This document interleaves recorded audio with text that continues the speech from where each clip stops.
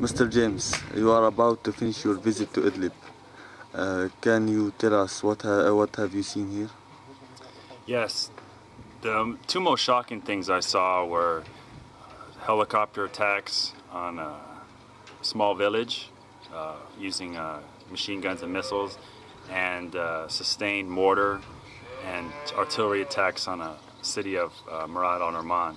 In that city, we observed about 3 nights of continuous shelling. We believe at least 20 civilians were killed.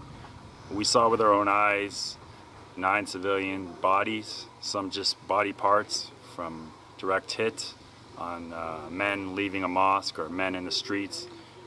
We saw a student killed in the streets, a fruit vendor killed when he was trying to help evacuate wounded. So these were clearly army positions throwing shells and heavy mortars into the heavy civilian population, hitting schools and houses as well. And we saw women and children in makeshift bomb shelters in the bottom of a school for nights in a row, because they were just simply too afraid to be in their homes from about 6 p.m. till the early morning because of the level of shelling.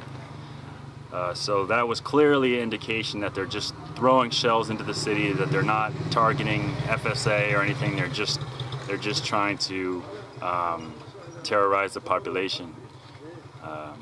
And it isn't really effective, because as we saw the next day, there was a huge protest, public burial, and the Free Syrian Army appears to be very well supported and trusted in Murad al-Numan.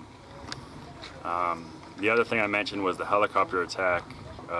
In the early morning, about 4 days ago, we heard helicopters overhead, and for the first time I heard actual firing. And that was shocking because, of course, activists have been saying it for some time, but to actually see the bullet holes in the roof, to see missile holes in the walls, to see a blood trail from a young man, 16-year-old man, who was wounded in the leg or in the foot. And this is, again, just a small farming house in a farming village. And this is a helicopter attack. It seems random, but clearly the helicopters know which towns are free, and they know which towns are against the regime. So they just came by and dropped maybe 12 missiles and machine gun fired. And this 16-year-old, his father took him to Aleppo, I was told, Aleppo hospital, and there mysteriously he died. Some local doctors say that there's no way he would have died from the leg wound. They believe that he was killed. He was tortured and killed there.